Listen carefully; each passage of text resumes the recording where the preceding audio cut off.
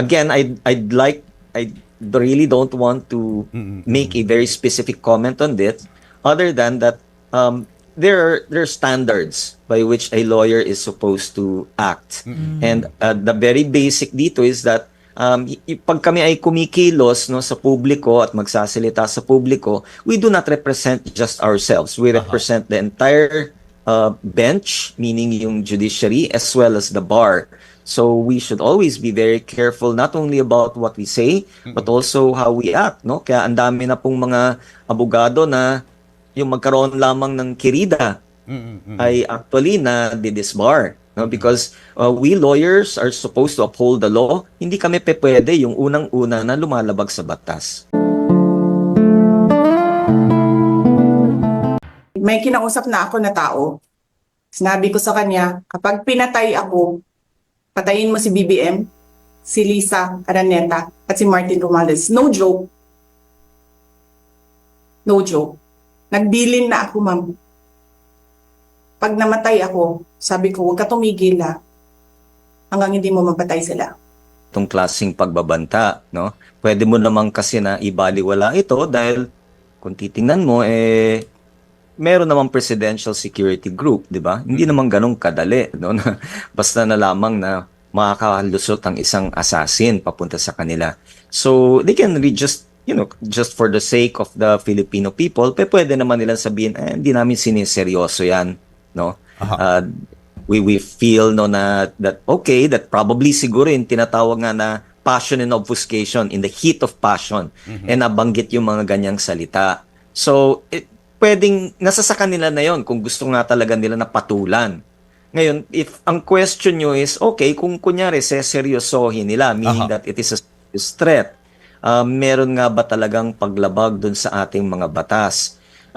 I think everybody knows naman, pag nagbanta ka sa kahit na sino, no, meron yung tinatawag na threats. No?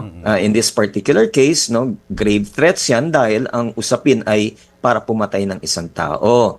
Now, ayon pa rin dun sa ating batas, no, considering yung kung sino yung pinatutuunan noong pagbabanta, meaning public officer yan, hindi yan ordinaryong tao lamang.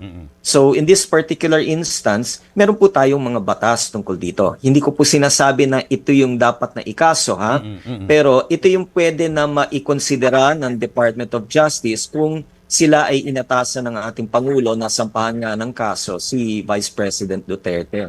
Meron kasi tayo sa Article 141. Ang tawag po dito ay conspiracy to commit sedition. Nadinig po natin na meron daw umano na nakausap yung ating Vice Presidente na isang assassin na binigyan niya ng instruction na kung may mangyari sa kanya na mapatay siya, ay ipapapatay niya rin yung ating presidente at yung ating First Lady and then yung ating Speaker of the House. Yung pong conspiracy to commit sedition kasi, meaning na kayo ay nagkasundo na gagawa ng isang krimen. Pag tinignan natin yung Article 139, subparagraph 3, nakalagay dito ay the crime of sedition is committed by persons who rise publicly and tumultuously in order to attain by force, intimidation, or other means outside of legal methods to inflict any act of hate or revenge upon the person or property of any public officer or employee. So, posible na ma-shoot ito dito doon sa act of conspiracy to commit sedition, aside from yung grave threats. Ngayon, titingnan din dapat natin siguro yung posibilidad na merong paglabag doon sa ating tinatawag na Cybercrime Prevention Act. Kasi yung pong akto ng pagbabanta ay ginawa through social media. Through the internet. Ayon kasi sa Section 6 po ng RA 10175, ang nakalagay dito na all crimes defined and penalized by the revised penal code if committed by, through, and with the use of information and communications technologies shall be covered by the relevant provisions of this act, meaning yung cybercrime law. Bakit mabigat ito? Kasi yung penalty po ay dahil nga sa social media, no, dahil nga sa ito ay internet, Aha. mas maraming tao yung mga nakadinig, mas maraming tao yung posible na maapektuhan at nadinig yung pagbabanta na nangyari. So, under RA 10175, yung penalty po na imposed shall be 1 degree higher than that provided by the revised penal code. So, medyo kung yung conspiracy to commit sedition ay prison correctional, no, in its medium period, meaning that would be at least a minimum of 4 years, 2 months and 1 day up to 6 years yung prison correctional, 1 degree higher po. So posible ang penalty po ay at least 6 years and 1 day up to 12 years of imprisonment. Doon sa tatlong kasong binanggit mo, attorney, alin doon yung pinakamabigat ang penalty? Kasi ang lalabas dito, Sir Julius, is bale possible. I'm just saying possible. No? Ang pinakamahina dito would be, well, yung grave threats kasi, ang nakalagay po dito, yung penalty is 1 degree lower than that prescribed by law for the crime to be threatened to commit. Kung yung i-commit ay assassination, meaning yung murder po yan eh.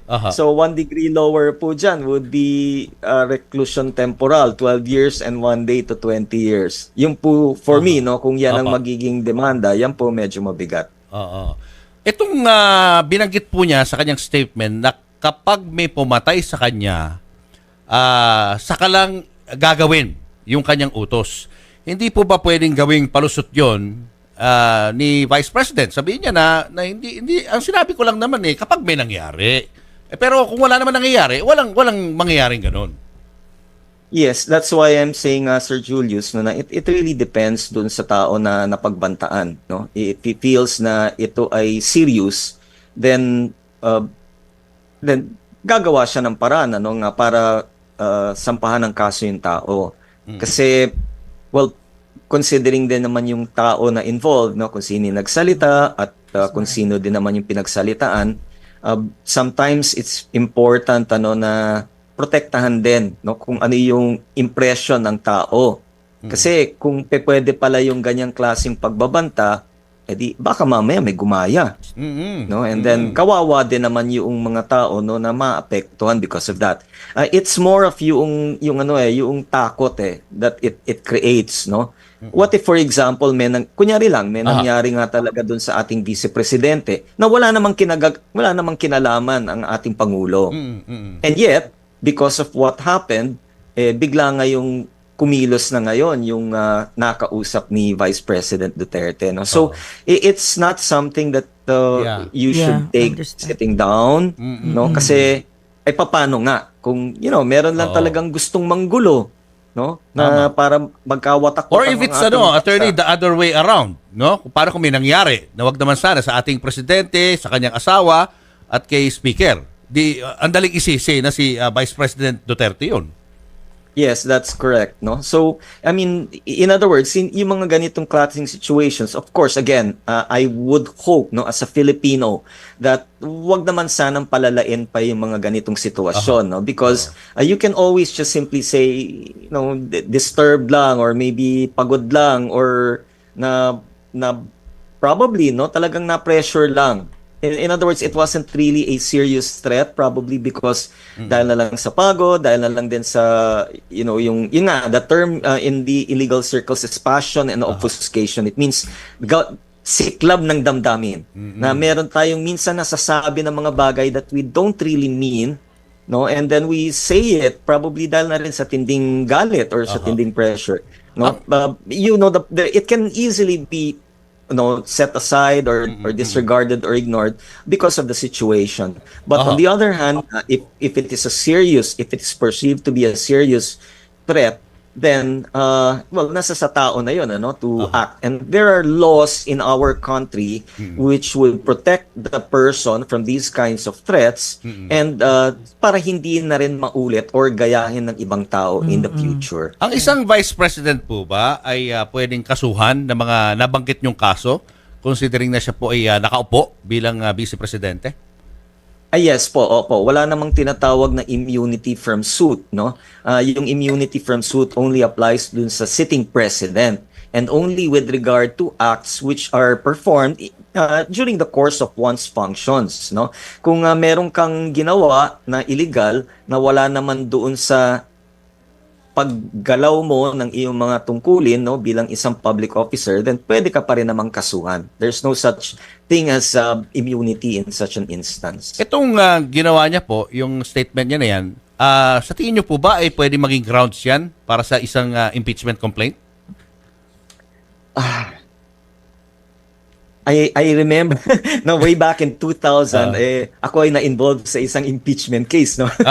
And alam I'm not too sure if yung commission of a crime is actually one of the grounds for to have somebody impeached, no, for an articles of impeachment. Ang alam ko, naalala ko, is graft and corruption, culpable violation of the Constitution. Yan ang naalala ko. No? Pero I remember that there are 4 grounds that a sitting president, vice president, speaker of the House, Senate president, or a member of a constitutional commission, no, can be impeached. And kung masushoot ito doon sa 4 na grounds na yon, then I think pwede naman sampahan ng articles of impeachment. Ito naman po, attorney, isang tanong. Dahil po ang ating VP ay hindi lang politiko, isa rin po siyang lawyer. Ito pong lahat na nangyayari at ang kanyang mga sinabi, pwede ba itong maging grounds for disbarment naman bilang isang lawyer?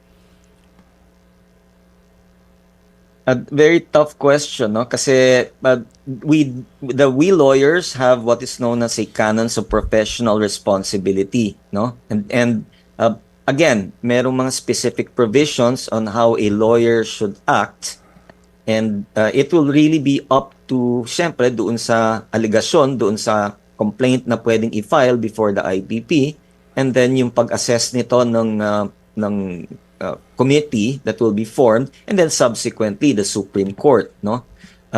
Again, I really don't want to make a very specific comment on this, other than that there are standards by which a lawyer is supposed to act, and the very basic dito is that pag kami ay kumikilos, no, sa publiko at magsasalita sa publiko, we do not represent just ourselves. We represent the entire bench, meaning yung judiciary, as well as the bar.